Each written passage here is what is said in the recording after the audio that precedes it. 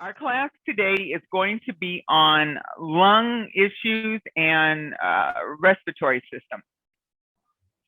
The lung issues, what is it? How can we really get into clearing the lungs and healing the lungs? I found some really cool information with Andrea Moritz. He was a natural healer. He passed away a few years back, but he's left behind a really good book called The Amazing Liver Flush, I believe is the name of my favorite book. He wrote several. So, I went looking to see what he had to say on this, and he came up.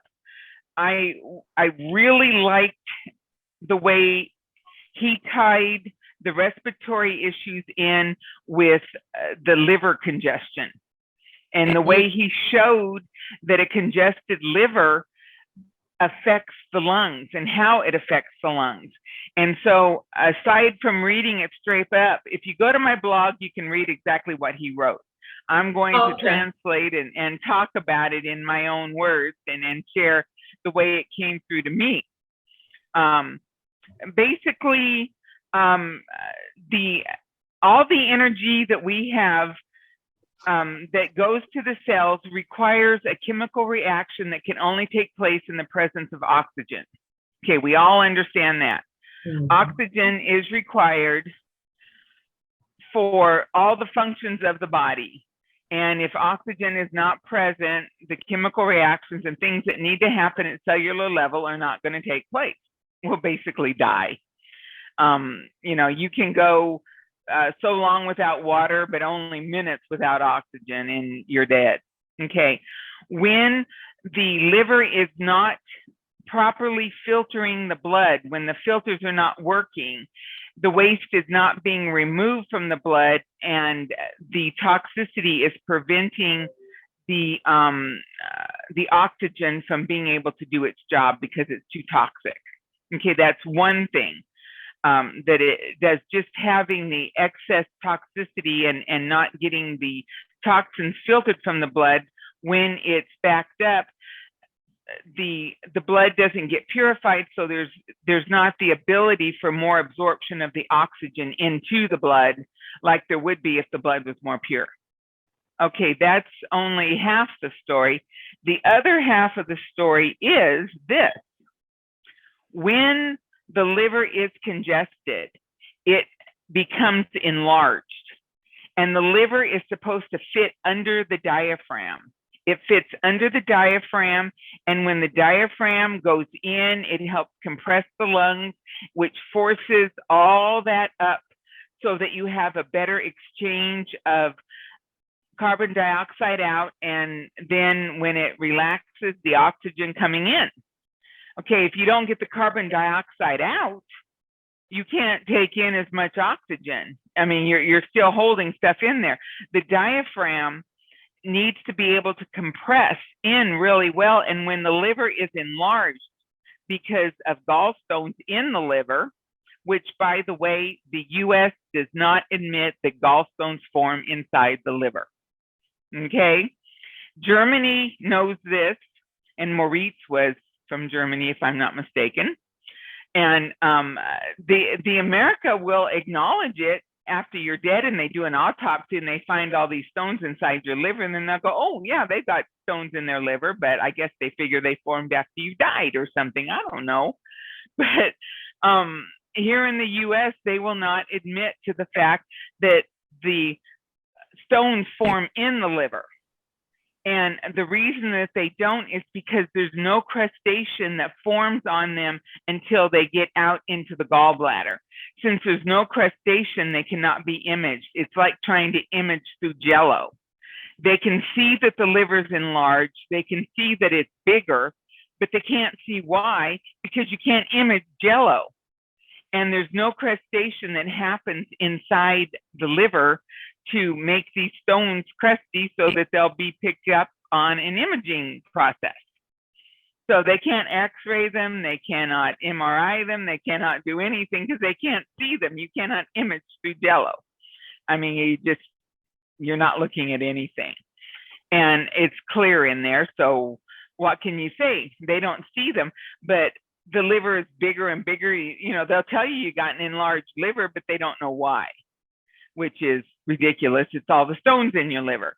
So what's happening, according to Andrea Moritz, is as the liver is enlarged, it pushes out on the diaphragm, and the diaphragm is not able to push in far enough, so the lungs are not being properly evacuated, and it can't extend properly, so you can't take in as much air.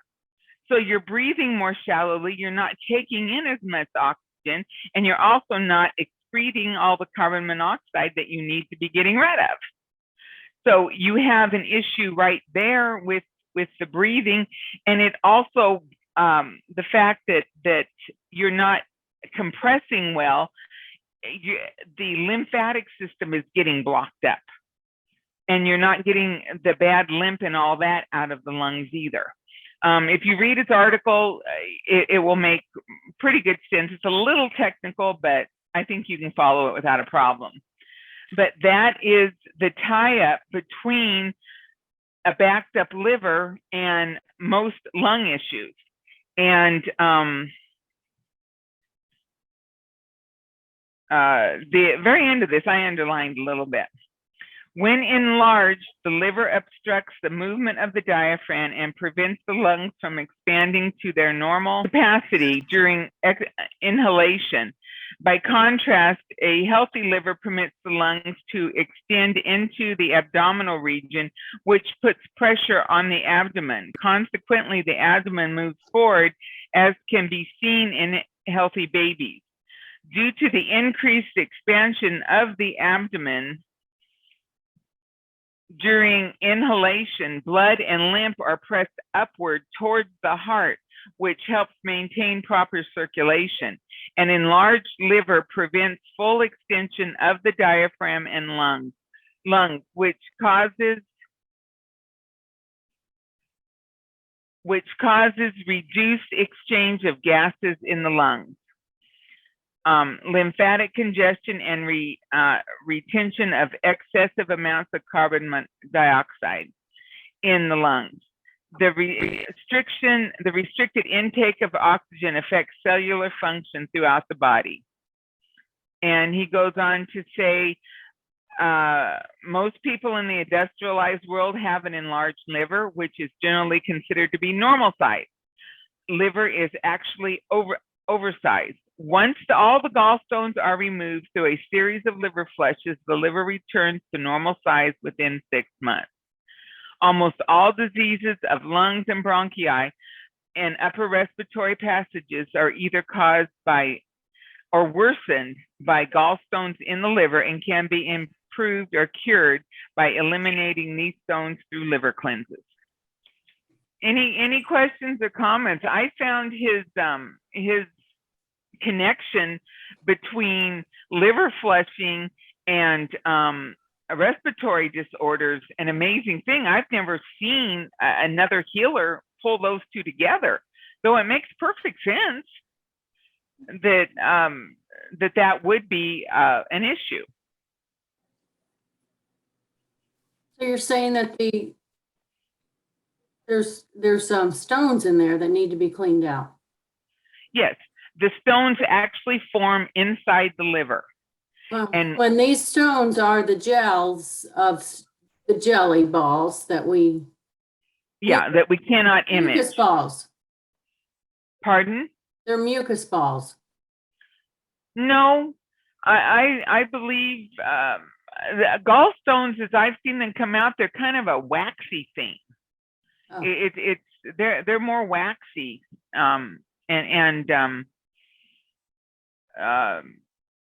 okay. I don't know that they're mucus. I believe. Oh, I know exactly what they are. Sorry, my brain just clicked in.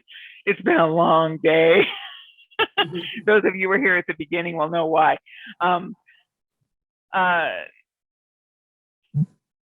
What the gallstones are formed of is hardened, coagulated, hardened up bile when there's a blockage in front of the bile ducts, and the bile, we secrete about 1.5 quarts to 2 quarts of bile a day, something along that line.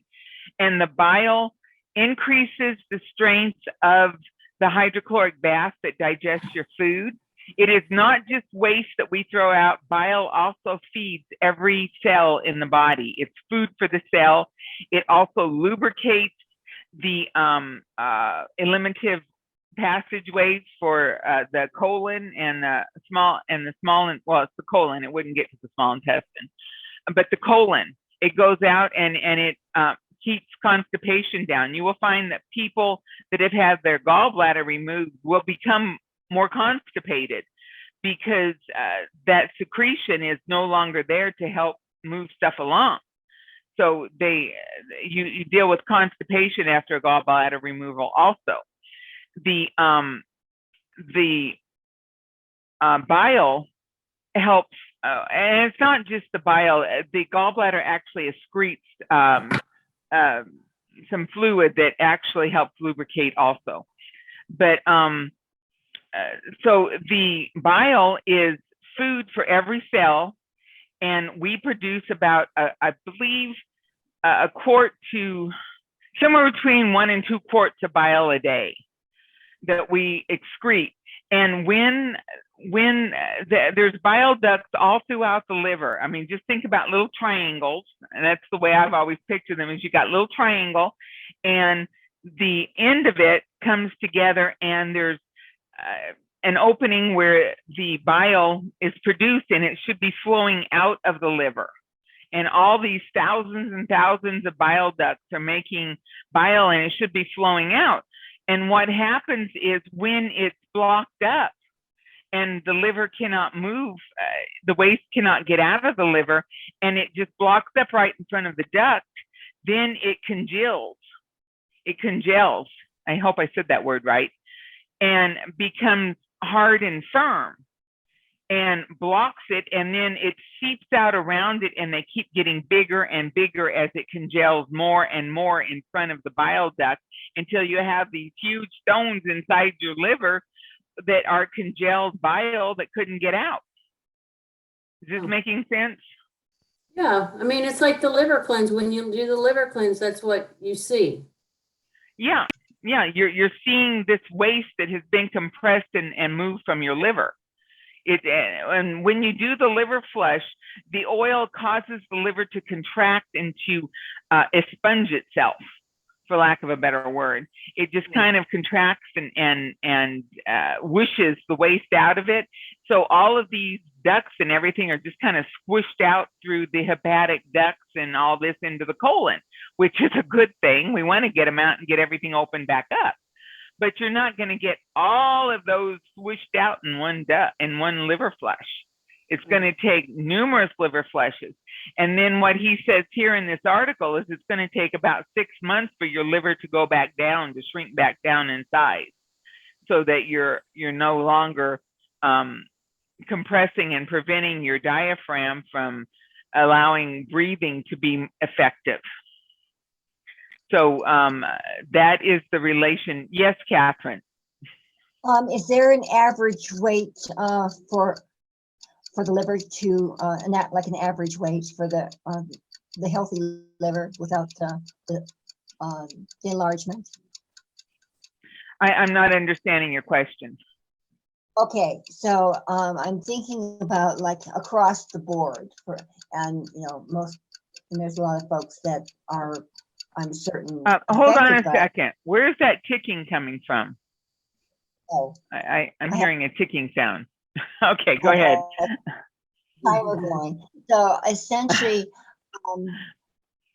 now there's a good slice of the population looks like they're dealing with an enlarged liver. And so those folks of us who care to change that, is there an average weight to what the liver should weigh? I have no clue. And I don't know how we could determine that, because it's part of us. You know, and unless you're going to autopsy yourself and take the liver out and put it on the scale. Yeah, I have no clue, but I'm sure that if you looked it up on Google, I'm sure you could, somebody after they do all the autopsies, there's probably an average out there somewhere. Yeah. But yeah, no, I don't know. But what Maurice said in his article was that it will take about 6 months for the liver to return to normal size after you've done extensive liver flushing to get all the stones out. And So sometimes you don't always know you have stones, but if you, I mean, this is all new. So when we have congestion in our lungs, it causes inflammation, and then it affects the diaphragm. no, not congestion in the lungs, congestion in the liver. Oh, I'm sorry. The liver is down there under the diaphragm. Right. The diaphragm is right over the liver, and the liver fits right under it. And when it becomes enlarged, then the diaphragm is not able to close in properly, to constrict the lungs properly, to force all the waste and carbon, all the fluids and waste and everything up so that they can be excreted and get proper circulation through the organs. It needs to be contracted properly.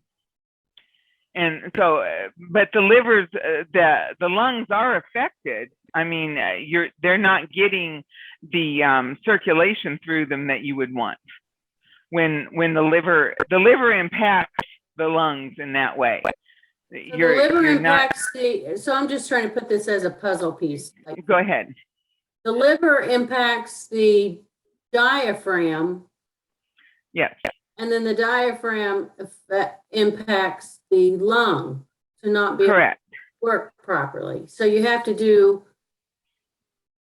the liver cleanses in order for it to flush through. And if you don't have the gallbladder, then you have to do it more often. Yes. If you don't have a gallbladder, you need to be flushing your liver at least once, an ELF at least once a month on a healthy basis. When you are living with a good liver and everything, if your liver is backed up and you have gone years without doing if you've been living unconsciously most of your life, you will probably need to do an ELF once a week for the next 6 months or better to really get this cleaned up. Wow. I mean, that is not a happy thought. Most people probably want to choke me when I say that. Yeah, see you. But it is, it's if you want to have a healthy, happy life and be functioning well and breathing well until the day the Lord takes you home, you got to do the work. You've got to get out there and do the work. Again, so the basic part of this, but the lungs is what we're trying to talk about having healthy lungs. Right, and respiratory system, lungs, all of that together.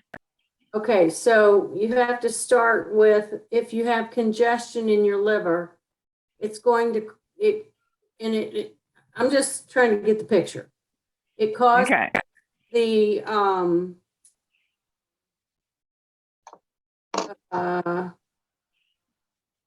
it enlarges what? Actually, I wrote it down. It enlarges the diaphragm, the congestion. No. Okay. The congestion in the liver enlarges the liver. The liver becomes enlarged. Okay, the liver fits underneath the diaphragm. It's smooth and it's curved to fit right underneath the diaphragm. And when it enlarges, it pushes the diaphragm out and prevents the diaphragm from contracting properly to force the lungs, to purge the lungs. I mean, whenever we do a purge of the lungs, when we want somebody is asthmatic, and let's talk about an asthmatic person, and we want to do a lobelia purge on them, and so somebody is in an asthmatic attack and everything is loose in there, and it's the perfect time to take and purge those lungs and get all that waste out. All right. I'll just share the one I participated in. My brother's girlfriend was over spending the night. He calls me in the morning and says she's having a horrible asthma attack and can't breathe. And so I tell him, give her some Lobelia. So he gave her a couple dropperfuls of Lobelia. She got better for about 5 minutes, and we just stayed talking on the phone through this. And after about 5 minutes, it just got bad again. And so I said, well, give her 2 more dropperfuls of Lobelia, and he did. And when we got up to, it kept coming and going. It would straighten her up, but then everything was, she was having a really bad attack. So finally we got up to, I think it was 6 dropperfuls, might have been 8. And I realized we're getting up to the place where she will be vomiting. And so I told him, I said, go ahead and give her 2 more, but give her the bucket. And she did. She vomited, and strings of mucus came out of her lungs and all that. But you can only do a purge like that when there is an active attack, when they are seriously in an asthmatic condition, because that's when everything is loose in there and when it will work.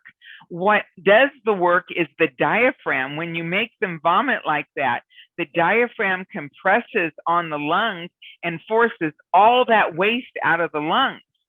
Now, if your liver is so enlarged that the diaphragm cannot even compress the lungs properly, I don't want to use the French on film, but you are kind of messed up because it won't work.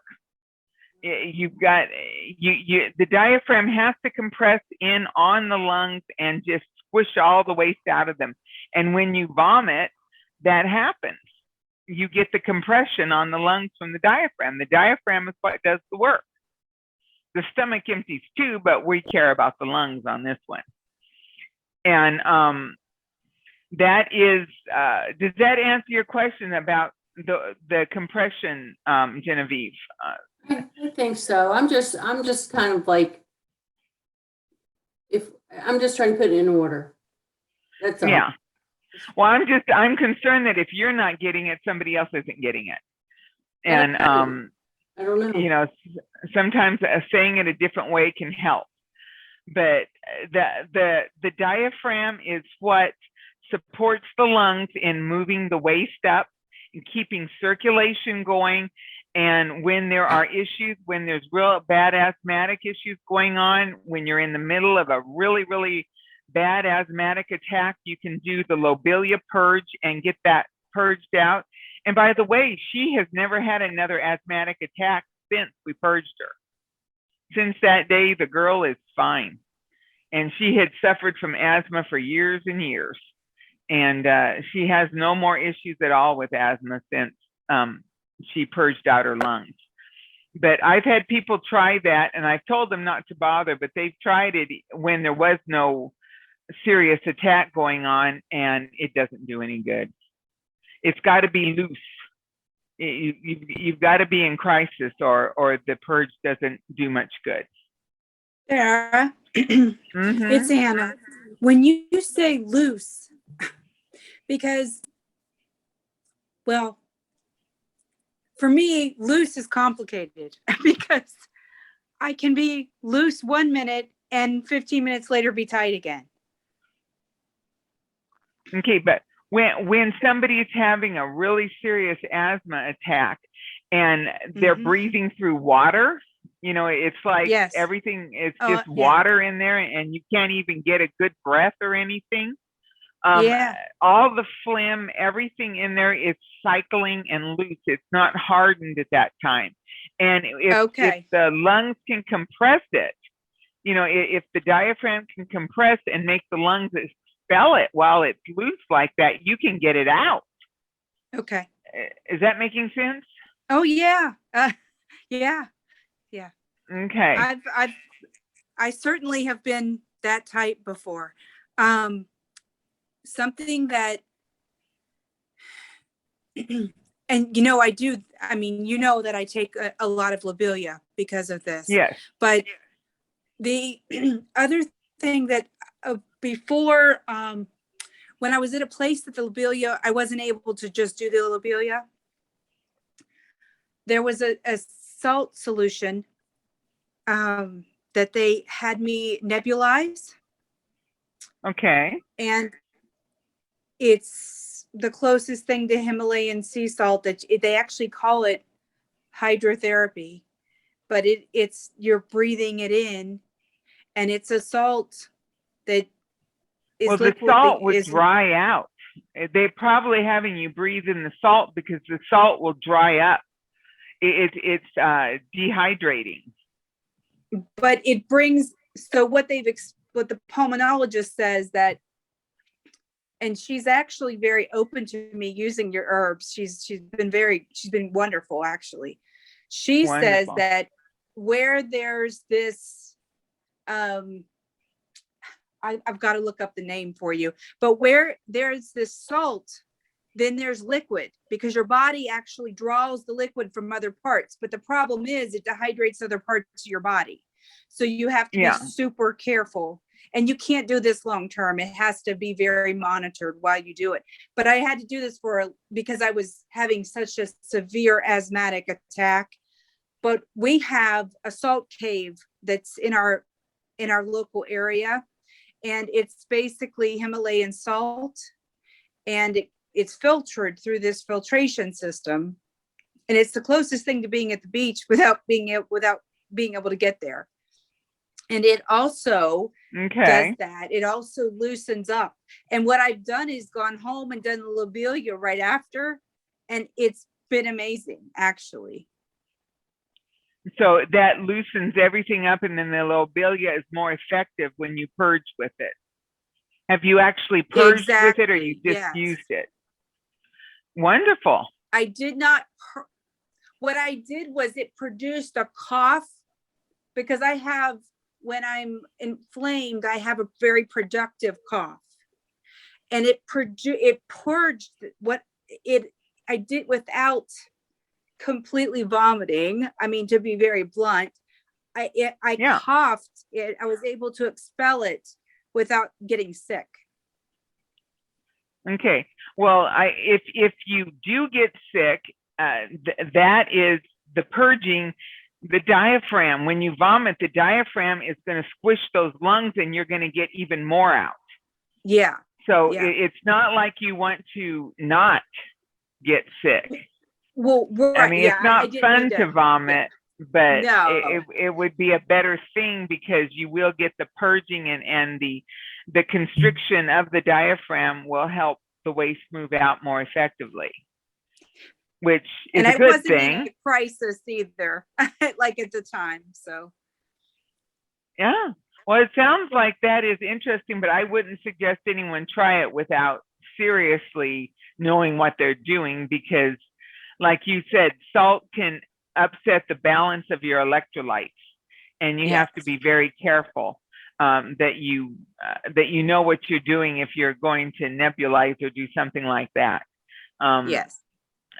You obviously had a good support for when you did that, and I wouldn't know enough about it to support anybody through doing that, but I can definitely understand why it would work. It's definitely drawing. Okay. Any other comments on the liver flushing and the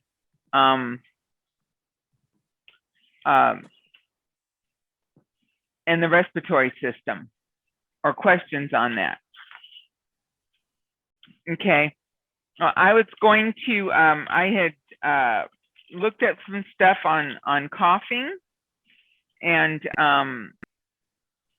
basically chronic coughs, which are I'm looking for where I put those notes.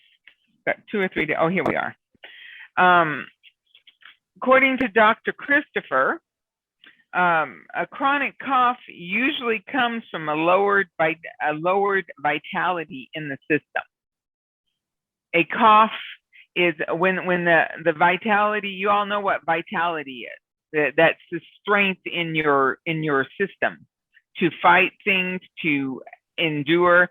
It is quite often driven by the endocrine system, your adrenals having strength, your thyroid, all of this adds up to the vitality of who you are. And of course, we all run on electricity. So vitality does have a little bit to do with our electrical. You know, when somebody is really run down, you can almost think about them as a rundown battery. Everything is low. Their currents, all that is just, you know, exhausted. And luckily, we as humans, we can get a good night's sleep and revitalize all that again. But somebody, it's a little bit like, well, a good example would be taking regular antibiotics from the doctor. You go to the doctor and you've got an infection and you take the antibiotics and it suppresses the infection deeper into the body. The symptoms go away, but as soon as your body regains some vitality, it goes back in there, sees that problem and starts processing the infection back out again.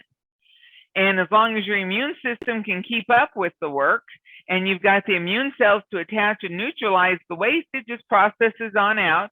But when your immune system crashes and burns and you run out of immune cells, you start reabsorbing all that garbage and you get symptomatic again. So you run back to the doctor and he gives you more antibiotics and you suppress it back down and the symptoms go away again. All right. You can do this merry-go-round until at some point your vitality has been knocked down so low that your body does not have the strength to rebuild and to fight that infection anymore. And so the infection doesn't come back. What's going to happen now is at a later date, you are going to develop a more serious, more chronic disease. Quite often it's lymphoma or something along that line, because that's where you're suppressing the waste too into your lymphatic system when you take antibiotics. So the vitality to continue fighting at that upper level and come back and try and clear that infection again and again finally gets knocked down, and your body doesn't have the strength in it any longer to do that, so it just leaves it. And you're now living on a lower place. Your strength, all that is just kind of worn down, a little bit weaker, but you don't feel bad. You don't have those symptoms anymore. The process of pulling that infection out is stopped. And it's just sitting there now, waiting to become something worse. So that is the lowered vitality. And what can happen when the vitality in your system drops off like that, you can develop a chronic cough. And according to Dr. Christopher, that chronic coughs that just come out of the blue like that are often because the vitality in the system has dropped, has been beaten down. And that can come from improper diet, loss of sleep, lack of exercise, improper breathing, poor elimination, and improper clothing and bedding. Your body skin doesn't get to breathe. A lot of people don't realize that your skin is a third lung. You actually inhale and exhale through your skin. And your skin being a third lung, it is very important that you wear cotton materials, breathable fabrics. You do not encase yourself in polyester and clothes where your skin can't breathe. You're actually suffocating yourself. So nylon, polyesters, these clothes that do not allow the skin to breathe, you do not want to be wearing those. You want to stick with your cottons and your natural fibers, so that your skin can actually throw off toxins and waste and intake oxygen. And improper bedding at night. I mean, even the sheets and things that you have on your bed, they need to be cotton and natural fibers, because your skin is breathing out through those at night. Cheap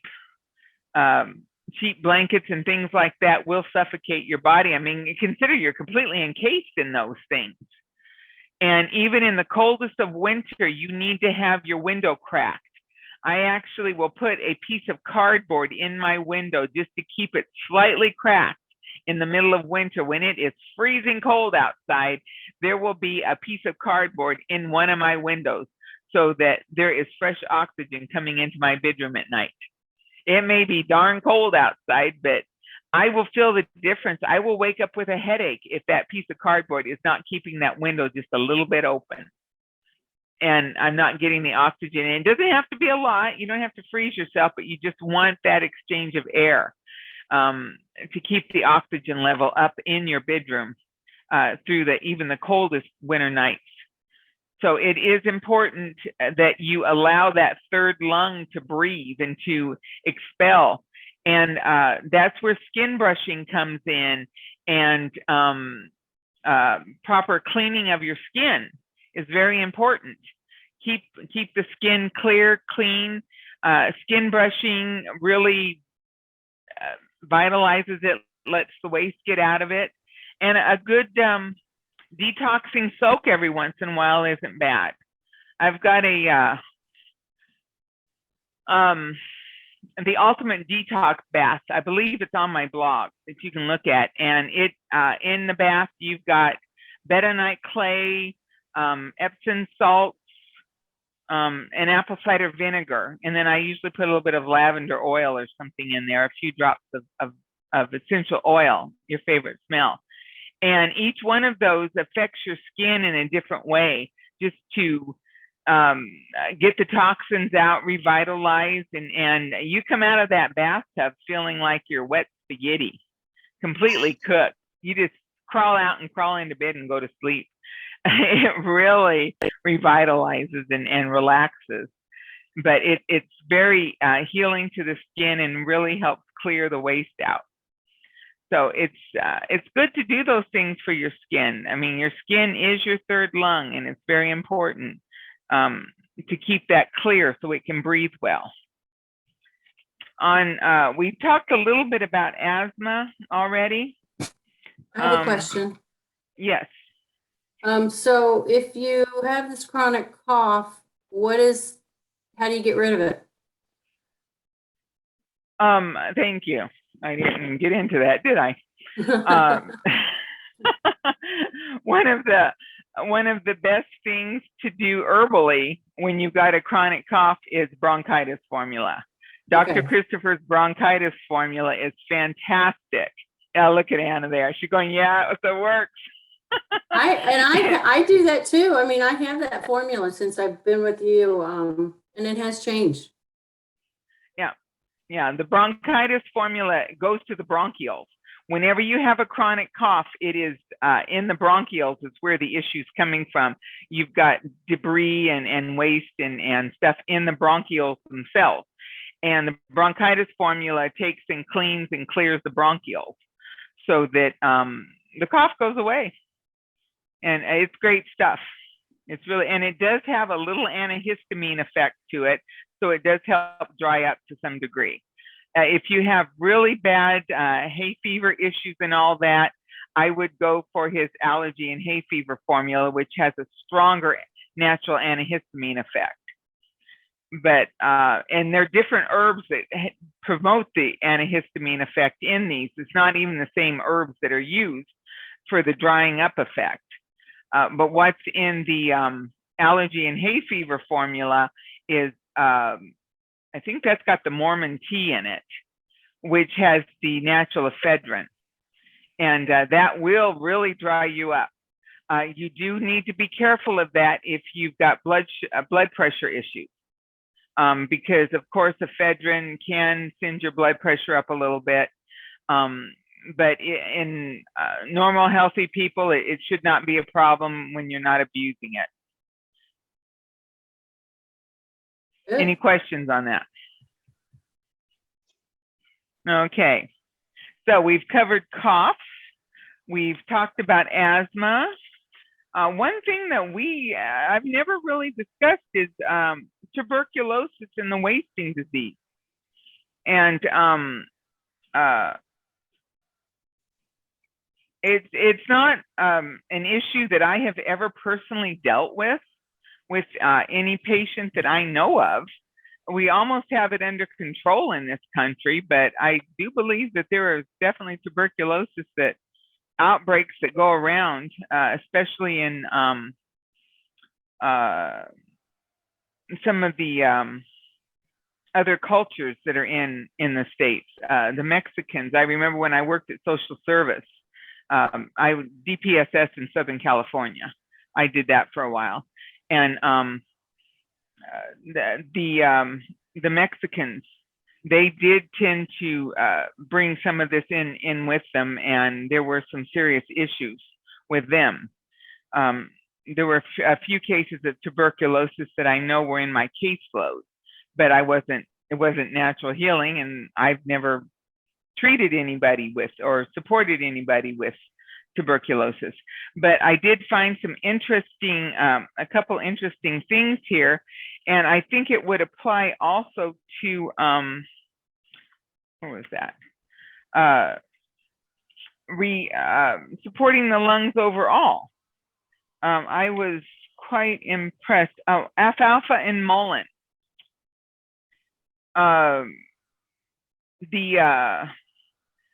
This formula, let's see, consists of, okay, alfalfa. Let's see. Aren't those in the bronchitis? Pardon? Aren't those in your bronchitis formula? Alfalfa, no. Oh, alfalfa is in the superfood. Oh, okay. Yeah, the superfood is loaded with alfalfa. Yeah. He was considered borderline tuberculosis, and he had no appetite. Okay, in this one, Dr. Christopher talks about a story where someone who was borderline, and one of the things with tuberculosis and things like that is they lose their appetite. They have no appetite. They're not hungry. They don't want to eat. And I think that might be something with lung issues overall. Is it, Anna? Do you have a hard time with wanting to eat?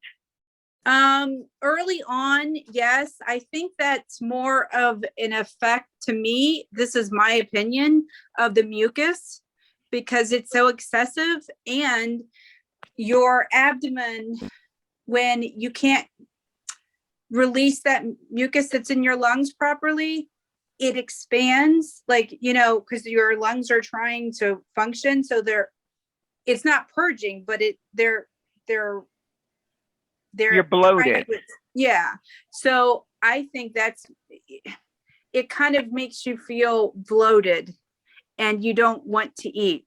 That's what I would guess, because that's definitely early on in my lung crisis with COVID. That's what happened to me. Yes.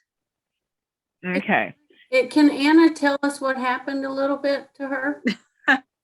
I don't Go mind. ahead, Anna. Okay. You can share. Okay. But wait, before she gets into that, yeah. hang on one second. Before she gets into that, in this thing here, Dr. Christopher says that he gave this man alfalfa, and his appetite came back, and it increased the appetite of all the people that were in the rooming house with him. And the cook was actually having to bring in extra food because everybody was eating so much more. So alfalfa will have an effect to strengthen the appetite, and it might even be something effective on somebody older who is not eating well. We might try using alfalfa. I mean, I always take it and try to spread it over. When he has an opinion like this, I'll try and spread it over a larger area. So if you've got an elderly person in your house that isn't wanting to eat or something, try slipping them alfalfa and see if that won't improve their appetite. That's interesting. Yeah, because everybody here didn't have tuberculosis, but it increased everybody's appetite. Yeah. Okay, Anna, go ahead and share your story with us. Okay. Sorry, my mind just went to, we have a relative that has cancer and she's not eating. And so it just, I may be buying alfalfa very soon. I don't know if she'll eat your superfood, but I do. Yeah. So I was diagnosed with asthma oh goodness, over 15 years ago, and have been on it was very mild, and I hardly ever had to use my my emergency inhaler. I mean, literally would go months and months and months and months and not have to use anything.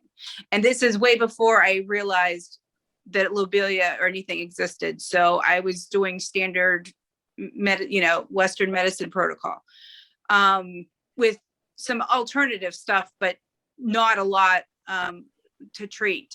And so I did do it in a daily inhaler, but I was on the lowest dose of a very mild mono, which in an asthma terms, that's a very low dose, okay, extremely low. So, Okay. but I was able to maintain and I was fine. They do call it restrictive lung disease is what was causing my asthma, and it is congenital. So that's what they say. So I all think that that said, just means it runs in families. yes, yeah. So I fast forward 15 years or so, I got COVID in November of 2020, and knew I'd had pneumonia a few times, and I knew that if this was going to hit me, if I got it, it was probably going to hit my lungs. And sure enough, it did. I actually had I had an allergic reaction the Friday before I got sick, and I thought that's what was happening to me. I got very congested, tightness in my chest. So they put me on prednisone immediately because this is like standard dear. when you would, Ah, yeah. So that said, I ended up very quickly on day 10 of COVID, and I was in complete isolation for 23 days. On day 10 of that time frame, I developed pneumonia, and it hit me extremely hard. I went in and out of pneumonia for the next, 13, 14 months. My last bout was back this past November. I could not, I had, especially in the winter months, this is something I wanted to ask you. I continued with an excessive cough, and my cough in the cold months is not just productive, it's colored, and they're calling it infected. So that's when they started treating me. My pulmonologist is very open to alternative medicine. So she was giving me acetylcysteine, which is a naturally occurring substance, through my nebulizer instead of treating me with heavy duty drugs, which was amazing, honestly. However, that gets to a point where that's not enough to purge. And so I started using lobelia on top of that. And when I had a reaction to an allergen I already have, I tried to go back to work, and something happened, and I was exposed to an allergy that it's severe, and it totally closed me off. I mean, completely, like I was next to being thrown in, and they told me my next step was a vent. I mean, I was headed, they didn't know what else to do for me. And so I started taking bronchitis tincture, lobelia, and a lot of other things, and really beefing up. I already did a lot of alternative stuff, but because of the sensitivity and the way my lungs reacted, we had to do some really intense, and I'm still doing intense work. So that's my story. Wow. Thank you for sharing that. Sure. Thank you. Wow. yeah. So are you keeping up with your liver flushing and Yes. all this other stuff? And interestingly enough, I just did one the other day, and the next morning, and this hasn't happened to me before, I was really, like, I hadn't been congested, and I was super congested, and I thought, I don't understand. I'm open. But then once I kind of got through that and started moving everything, flushing everything, within 3 days, I still have some congestion, but it is nothing like, and I think that was my liver. It was so bad because it had been a little bit since I had done a liver flush or a cleanse. I did an ELF. And I'm like, oh, I need to do this more often. I know I do. Honestly, Yeah. I wouldn't even mind it, except I hate drinking the olive oil. I absolutely hate it. Try that other olive oil. It was not half bad. Well, I got It's the not 100% hard to get down. California, but couldn't get my hands on the reserve blend, which is what that gentleman said to buy. Mm-hmm. But they have a brand, it's like 100% California is that instead of the reserve blend, it was, and that was the closest thing I could come to what he was saying. Yeah, well, that's even better than the other stuff. Okay. But it really sounds, when you, I just want to, I just want to help you understand that when after you do a liver flush, you have a bit of backlash, that is because the liver is now free and pulling so much waste from everywhere. You need to support the process, not fight it. Mm-hmm. So when that happens, okay, if you're all loose and everything like that, do a lobelia purge. Go ahead and get it out. You've got it loose. Purge it on out. Okay. Go ahead and get what's moving out of you, and make sure your bowels are open. If you need to do a vitamin C flush in the morning, do your vitamin C flush. Get those bowels just to flush on out and get that waste out of you. But it's not that the backlash is negative. It's just too much positive happening all at once. So don't fight it, roll with it. Okay. And support it. When you see something like you're congested, like all of this, go, okay, what's happening? It's breaking waste loose. Okay, let's get that waste out. Mm-hmm. What is it going to take to move this on out of my body? So if your lungs are really loose, purge them. Okay. If that, I know that's, telling somebody to make themselves vomit, that's cruel, but it is something that, you want to be well, you want to get it out. The only time that it's going to come out of your lungs is when it's loose and when you're in crisis. Mm-hmm. That is the only time that you're really going to get that garbage out. When it's settled and you're not in crisis and you're breathing fine and everything's going good, you ain't going to be moving nothing good out of there. It's just settling in for the long haul. You don't want that. You want to keep it active and moving. And that's what it sounds like your liver flush did, was it stirred the pot really well. Yeah. And I didn't, I said the next day, I should have done more olive oil, because I got to a point and I'm like, I can't drink any more of this, and I didn't. So I know that I need to up that a little bit. So yeah. And well, we all know what we need to do. It's just a matter of getting us to do it.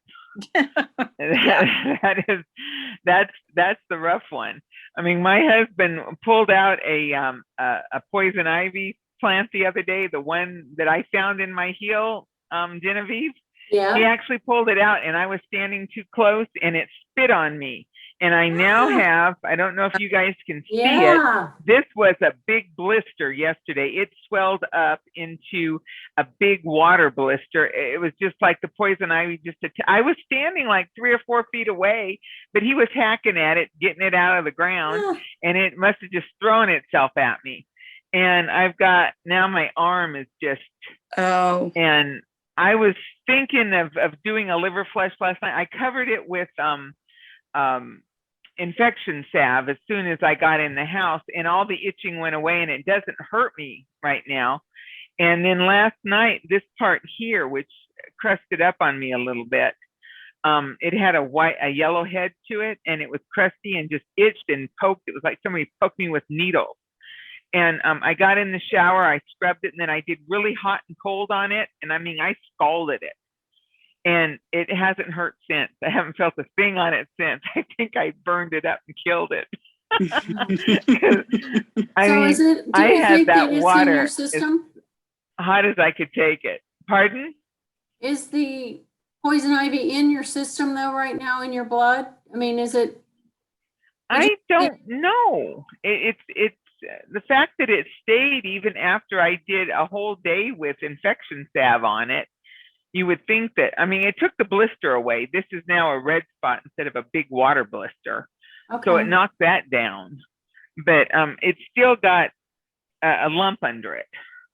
okay. So I'm thinking last year, the only thing that got this arm, the other arm, cleared up was I got chigger bites and a spider bite on this arm last year, and it just really messed up. And it was 5 elves in a row. I Yeah. don't want to have to do that again, but you do what you got to do. And I'm just glad this one's healthy, and it seems to be avoiding the problem this year, but this one. So Wow. I was going to do it last night, but then when my friend came, and I was just concerned that if I was debilitated at all, I wouldn't be able to support her. So I passed on it. So I will probably either do it tonight or tomorrow night, one or the other, and just finish getting this stuff out of me. How late can But you do a liver cleanse? 10 o'clock, So between 6 and 10. you could do it between 6 and 10, but you still have to have stopped eating at 2 or 3 in the afternoon. And if you're going to do it if you're going to do it like at 9 or 10, you could probably eat at 3 or 4. Yeah. Stop eating at 3 or 4. You just want your stomach to be good and empty, so that you don't end up throwing up the contents of your stomach, food that's in your stomach when you put that oil down there. You want your stomach empty when you do an ELF. You do not want food in there. Okay, the other thing that he talked about here now, alfalfa, I found that to have across the board interesting things, to return appetite to people that had lost their appetite. The other thing that is very strengthening, and it would also strengthen somebody with lung issues of any kind, and older people that are just debilitated and weak, is slippery elm. Have you tried the slippery elm, Anna? Slippery elm is in, isn't that? I'm talking about doing a tea or a gruel where you're actually eating not it. just a straight, no. Yeah, it actually doesn't taste bad at all. If you, he's got a recipe here on the tuberculosis one. Let's see. Yeah, it's dark on the page, so it's a little hard to make out the words. The one I didn't print because I said, I don't need that. Okay, pleurisy root, marshmallow root, licorice root, and slippery elm bark, 2 ounces each. So basically equal parts. Simmer in 3 pints of water down to 1/2 the volume. Take 1/2 teaspoon every half hour. The mixture should be ingested warm. So you could probably add it to hot water and make a tea out of it. Slippery elm is one of the herbs which should be stored for all times of need. It is a concentrated food which can be handy for survival. It's also, for those of you who may have grandchildren, since none of us are going to have kids anytime soon, it's also an excellent first food for babies. Instead of, you can make a gruel out of it by mixing it with mother's milk, express the mother's milk. And children should never be, and this will cause, one of the reasons that you see children, small children with asthmatic issues and all that, is because their stomachs have been deranged. Their mothers are putting solid food down in their stomachs long before they even have digestive juices in their stomach. The baby will not produce a hydrochloric bath in its stomach until that first tooth breaks through the gum. That is, you should not give an infant anything solid in their tummies until the first tooth breaks through, because there's no hydrochloric bath until that time. So, and a lot of people just don't know that, and they're feeding these small little infants, 2, 3, 4 weeks old, 3 or 4 months old. They got no teeth, they got nothing, and they're just ripping their guts apart by putting this food down there when there's no hydrochloric bath to utilize it or use it. It makes the babies quieter, because it will make them drowsy and calmer, because you're drugging them with just loading their system up, and they don't have the energy to move, but they're not getting any nutrition out of it, and it impacts their lungs. And you see a lot of the children that were fed early, if you look at their history, the serious lung issues in children are ones where the mother was feeding them solids long before they had a hydrochloric bath to be able to tolerate the solid food. Yes, Kathy. Oh, bye, love. You have a good week. We'll see you in 2 weeks. So, but on the other hand now, the good news is slippery elm can be used. It does not require a hydrochloric bath to be absorbed. So if you've got a starving little one on your hands and you would like to strengthen the mother's milk or do something, because he seems like he's always hungry, give him some gruel of slippery elm. And that will satisfy, and you can just mix the mother's milk with it and make a little gruel out of it, and it tastes good. It's not bad tasting at all. I've actually tried it myself because I was passing it on to moms, and I thought, well, I better know what it tastes like. It's pleasant. And you can mix it with mother's milk and just make a little gruel out of it. And then when they're able to eat, when the tooth breaks through, you can mix it with some applesauce in there too. And it's a very, very hearty, it takes the place of the cereals. It's much more nutritious than the cereals that are out there. Those are so processed. And so slippery elm is an excellent first food for babies. Yes. You're talking about like making a tea out of it for an adult, but you were mentioning all those other herbs with it. Is it a tincture? Is it a... You can make a tea out of it. This is for serious lung issues and inflamed lung issues. Is what that tea was.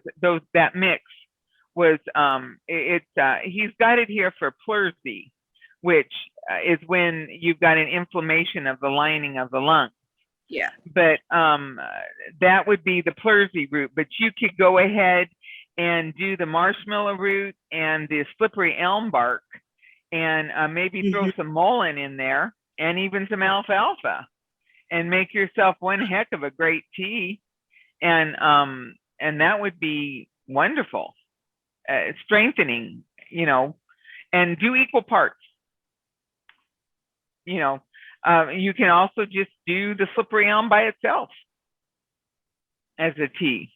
You can stir it in and to the hot water and just make a beverage out of it that way. It's a little thick, but it doesn't taste bad. So Dora, can a 3-year-old or toddlers drink the slippery elm tea? Yes, definitely. It's massive with allergies nutrition. And mucus and all of that too. Yeah, it's very absorbable. It's pure nutrition, and it is not going to create allergies or anything. If you mix it with cow's milk, that's not a good idea. Right. Almond milk, something like that, make a gruel out of it, throw a little applesauce in it, and you've got a very, very hearty, good food there. It's also something that I would feed to your grandparents, the older ones on the other end of life who need strength, because it's very easily absorbed and very substantial on either end of life, whether you're getting started or ending it. Isn't it good for digestion also? Isn't it easy on your digestion tract. Yes. Yeah, it's very healing to the whole digestive tract. Mhm. So if the children were fed early and their digestive tract has just been ripped up, you know, with food going down there long before they should have been given food in their little tummies, this will be healing to the whole digestive tract. And that it would definitely be a good food for them. Dara, where can you get it? We keep Slippery Elm here in stock. It's in the lower bowel number 2 formula, and it's also in the Fiber Plus formula. So we usually have some in stock. But if somebody wanted a good amount, you know, not just a few, it's not cheap. You can go online to Monterey Bay. Herbco.com is their website. Herbco.com. And they have it there, probably the best price. Pardon? Can you repeat that? Herbco, HERBCO.com. Okay, thank you. Yeah, and that's Monterey Bay, if you've ever heard of them before. That's just their name online. And I would get it from them because they're not going to have my markup, which you will get if you order it from me, and luckily. Okay, any other questions on that?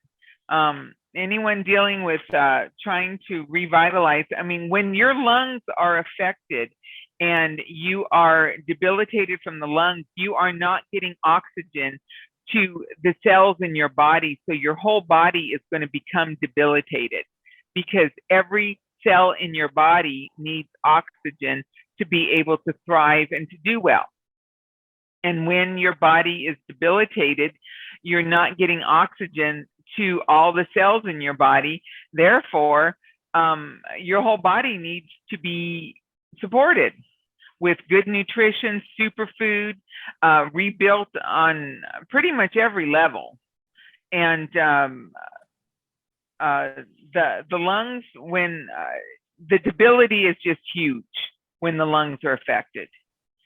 And so anytime that you're dealing with lung issues, you want to take a look and just start rebuilding the whole body with the fresh juices, the superfoods. You got to cut out the sugar, cut out the processed foods, and really just rebuild the system with the strongest nutrients and nutrition that you can get your hands on, so that the body has what it needs to rebuild and get strong again. And one of the best food programs that I've ever found was the Hallelujah Acres. I don't know if they're still known all that well out there, but Dr. Malcolm, he came up with the 80-20, 80% raw, 20% cooked, as a regular ongoing food program. And basically what that looks like when you apply it to real life, if you're eating 3 meals a day, breakfast and lunch would be raw. Dinner, you would start with your raw salad and then make whatever cooked food you want with your dinner meal. And that would be, eating like that, you would get your 80-20, 80% raw, 20% cooked. So only 1 meal a day would you actually have cooked food in. And you start that meal with a raw salad, and then eat your cooked food after that. And that is probably one of the best food programs for just ongoing lifestyle of eating well and rebuilding. And for me, breakfast, eating in the 80-20 food program for breakfast is just superfood. You have your glass of superfood with your fruit juice and your fruit and all that. And then for lunch, you have a fruit salad or a vegetable salad, you know, made whatever you want with the fruits and veggies, and maybe some seed crackers or something along that line. And then for dinner, you have your salad, and it would be a vegetable salad, most likely, and then whatever cooked food you want with that, providing it's good food. I mean, you still can't eat junk, but good quality cooked food. And that is a really good food program for rebuilding yourself. If you're really debilitated, you need to go on juices. You really need to be doing your juices, drinking your juices every day. The juice, when you drink a glass of juice, you get like 98% of those nutrients at cellular level. If you chew and swallow the same veggies and fruits that are in that juice, you're lucky to get 28, 29% of those nutrients at cellular level. That's available to the cells to rebuild, heal, restore the body. When you juice that same stuff, it's just all just goes straight in, and the body just gets to utilize the nutrition. And digestion is such a huge consuming process. It's just energy-wise, digesting food is just a huge use of the energy in your body. So when you're trying to rebuild, the way to start rebuilding is to cut out food that you're chewing and swallowing and just drink your juices. And that is going to get your body rebuilt. Any questions on that? You know, I don't think I'm the only one singing that song, but sometimes we all need to sing it over and over again just so we remember and do it. Juicing is important. Okay, any questions? I didn't go into pneumonia this time because I covered it last time, how to clear the lungs. Does anyone in here need to cover that information? The garlic paste to the feet clears the lungs overnight of fluid. The infection work, all of that. Nope. Okay. If nobody needs that, well then I can just open it up to Q&A, and we can have a general open question for a few minutes. Does anyone have any general questions or anything that they were wondering about? I have a question. We've had a death in our family on Sunday with a major heart attack. Oh, I'm sorry. And so, you know, just, I was thinking about the, what, you know, there's nothing you can do. Something, it just happened so fast. But I say that, but I just want to see what you would say. It was just an instant. And they were trying to revive my brother-in-law, and it didn't happen. And I just wonder if who was there when he went down? I mean, was there somebody there that could have been Irby, or was it just far away? And it was too. They were on a sailing cruise for the day, and oh dear. And he was asked to grab the rope to pull the mast up, and when he did that, the excitement, I don't know what happened, but anyway, he just died out. He just killed over. It was just that fast. Okay, Cayenne does work. It works like a defibrillator. Okay. Cayenne is because they did try to revive him. You know, there was just. I would, if I had been standing there, I would have pulled out my Cayenne and just put dropperfuls in his mouth and just see if that would not bring him back around. When I found my mother-in-law passed out, her lips were blue, she was white as a sheet, and she was contracted into a ball. I mean, she was in her 80s and she was so arthritic that she could not, you know, contract like that on her own. And she had obviously had a spasm of some sort. And I put the lobelia was the first one I grabbed, and I put the lobelia drops in her mouth first. immediately her body relaxed and opened up. And then I just started putting dropperfuls of cayenne into her mouth, and in about 20 seconds she came around. Yeah. And she lived for another, what was that in? That was 97, and she didn't die till 2003, 2004. She was in her 90s already. Yeah. And she fell in her residential home and broke her hip, and it took them 2 days in the emergency room to kill her off. They didn't even call me and tell me until after she was dead. Wow. I mean, I just don't think they wanted me there. But who knows what they were giving to her, left, right, and center. It was just amazing. But this was back in, I think it was 2003 when she passed. So if someone has heart conditions, you're gonna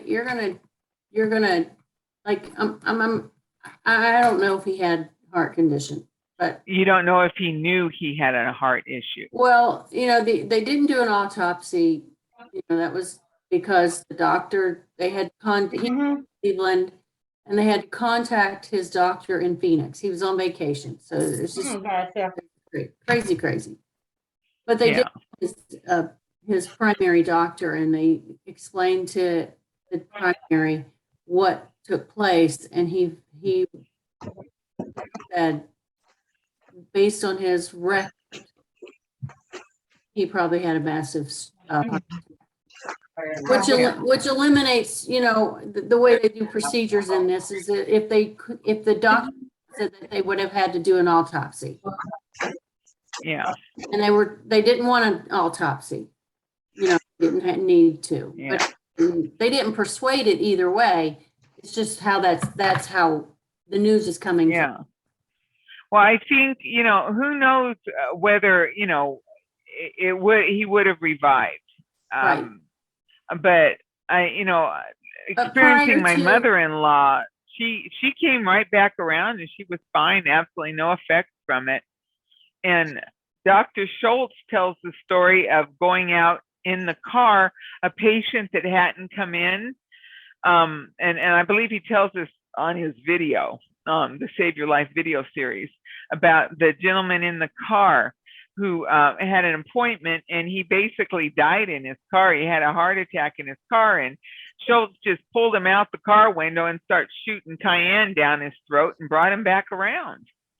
And who knows how long, he had been unconscious in the car, from the heart attack. So, who knows? Right. That would be the best thing that you could do when somebody collapses to the ground, is just get cayenne in them, because it blasts through the blockage, it oxygenates the brain, the body, it keeps things moving. And if there's any life left in them at all, it's going to bring them back around. Okay. Yeah. There, I carry cayenne with me, and I tell my friends, if anything happens, give me the cayenne first, then dial 911. Yep, definitely. Definitely. Do the cayenne first. Put that down my throat first, then y'all will do whatever y'all want after that. Then I won't need you anymore after that. Yeah, but we got to stop out what's going on first. There's one experience I had read about. This girl was in the grocery store, and this guy was having a heart attack. So, but she had cayenne pepper on her, and I guess that's the mistake she made. You can't touch other people like that. But she did out of, just instinct. And his wife sued her. Not him. He was grateful, but his wife sued her for that. Oh. She's covered under the Good Samaritan law, though. Huh? That person would be covered under the Good Samaritan law. No, but his wife sure tried to sue her for saving his life, but she just did off, see. That's ridiculous. Sounds like the woman wanted her husband gone. That's why I said, jokingly, I said, oh man, she interfered in their life insurance. Oh man, she messed up. That's why she sued her. Oh my God. Yeah. Well, there's a pepper that's hotter. It's called the red bird pepper. Have you heard of that one, Dara? Yeah, The bird's eye, Mhm, the red bell pepper. African bird peppers, red bird pepper, that one. Mhm. That's between 90,000 and 120,000 heat units. Yeah. Habanero is between 200 and 250,000 heat units. Mm. So when our fire cayenne, we have 2 levels of cayenne tincture. The fire is predominantly habanero with some bird's eye in there. And then Okay. our regular cayenne is predominantly bird's eye with some habanero thrown in. Mm. So we make one a little more mild and the other one boiling hot. And yeah, that's the difference in the 2 peppers, in the 2 that we use.